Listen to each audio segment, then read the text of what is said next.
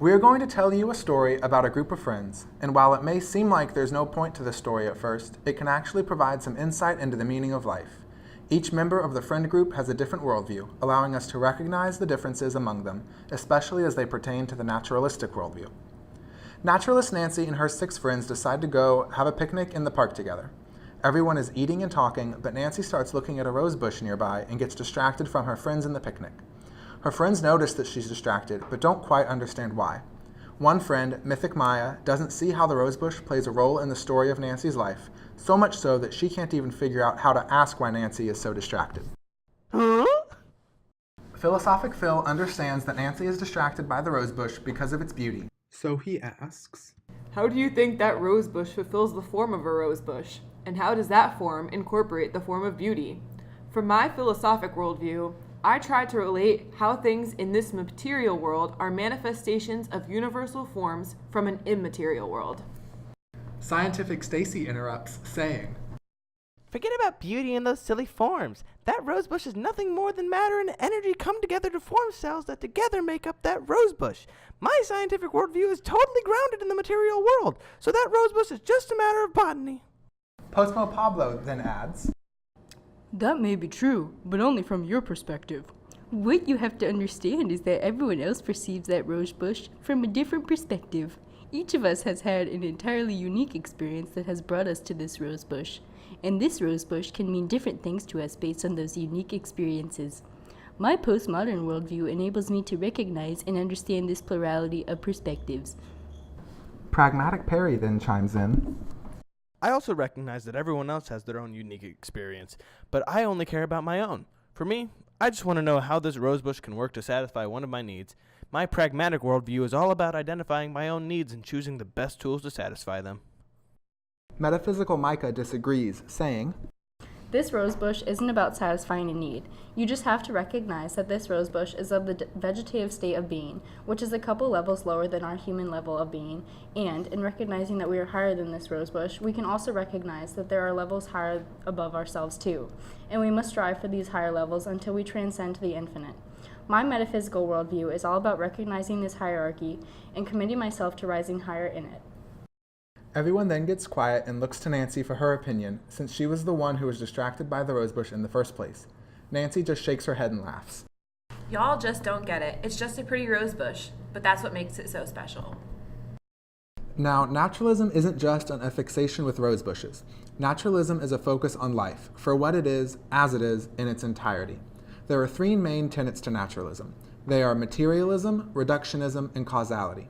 According to materialism, the reality of this world is the only reality that exists. There are no other higher realities, and no supernatural.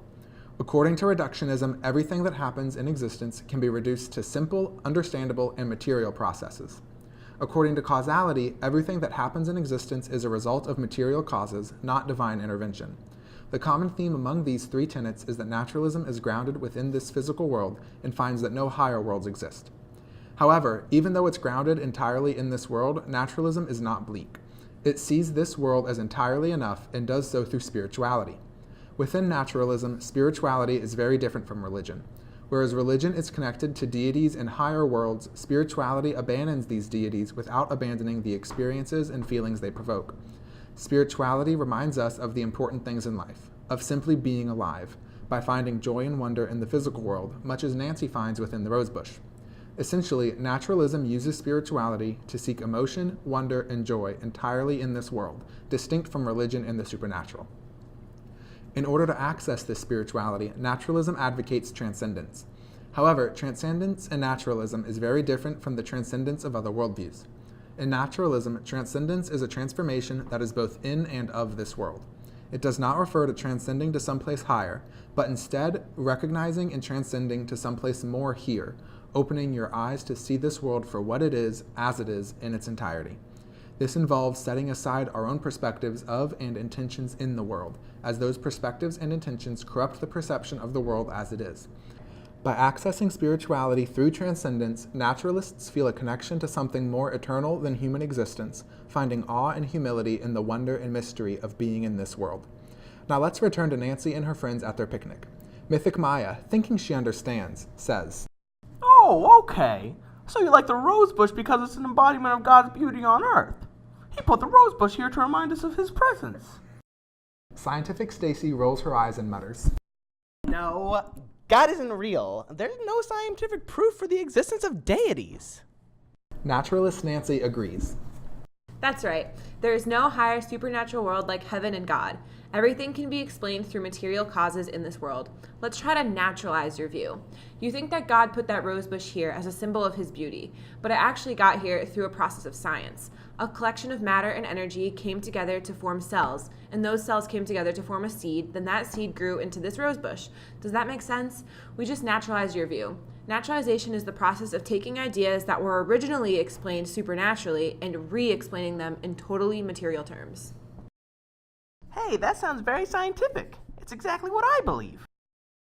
It is very scientific. Naturalism overlaps with science and shares some basic common concerns, but they aren't exactly the same. The difference between your scientific worldview and my naturalistic worldview is that you don't see the beauty in that naturally scientific process. You analyze that process to understand how it started and progressed to where it is now, but I like appreciating it in the moment. You care about how we got here and the progress we can make further, but I prefer living in the beauty of the moment as it is right now. Just think about it. The matter and energy that created the seed that grew into this rosebush is the same matter and energy that make up the rest of the earth, the sun, all the stars, and even you and me. Everything is made up of the same stardust and everything is interconnected. I don't think you need to worry about the process of how we were all made by the stardust, but just appreciate that base connection here in the moment. Naturalism finds meaning in recognizing that everything in existence is interconnected in this way. By recognizing that they are made up of the same stuff as the rest of existence, naturalists feel an eternal connection to the rest of existence. They especially feel this connection through play. In naturalism, play is anything that is done in the moment and for its own sake. Through play, naturalists get more out of life than simply fulfilling obligations until they die. By playing, naturalists feel connected with the rest of existence and feel joy in life. Since play and the positive feelings it provides are the goal, work is only the means for enabling play. So then, if play is the goal, what tools can you use to get there? Pragmatic Perry asks. Nancy answers. No, that's not the point. There are no tools involved, just playing and being in the moment. There are some barriers to playing and naturalism, though, like usefulness, moralism, and capitalism. In naturalism, usefulness refers to the idea that things can only be worthwhile if they provide an external value, which is in direct opposition to naturalism.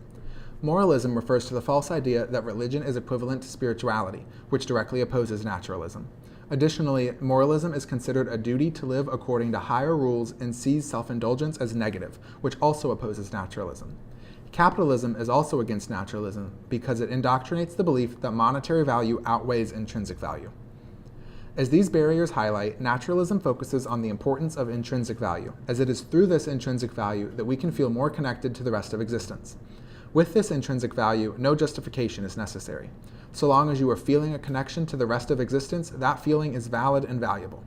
While naturalism is typically associated with nature, it's important to note that this isn't a requirement. So long as you're feeling in the moment and feeling a connection to the rest of existence in that moment is transcendental within naturalism. For example, if an artist is invested in her art and is feeling connected to her painting and her subject material, then the painting experience can be transcendental for her. As the picnic finished and the 7 friends began to leave, they all expressed that they enjoyed their time together, although each for different reasons. Mythic Maya viewed spending time with her friends as a part of her life story. Philosophic Phil viewed their time together as pointing towards the former friendship. Scientific Stacy recognized that their time together fulfilled the desire for companionship that is a part of human biology. Postmo Pablo enjoyed learning about his friends' different perspectives. Pragmatic Perry had his goal of happiness fulfilled through his friends. Metaphysical Micah viewed the time he spent with his friends as a metaphysical experience, moving him one step closer to the infinite.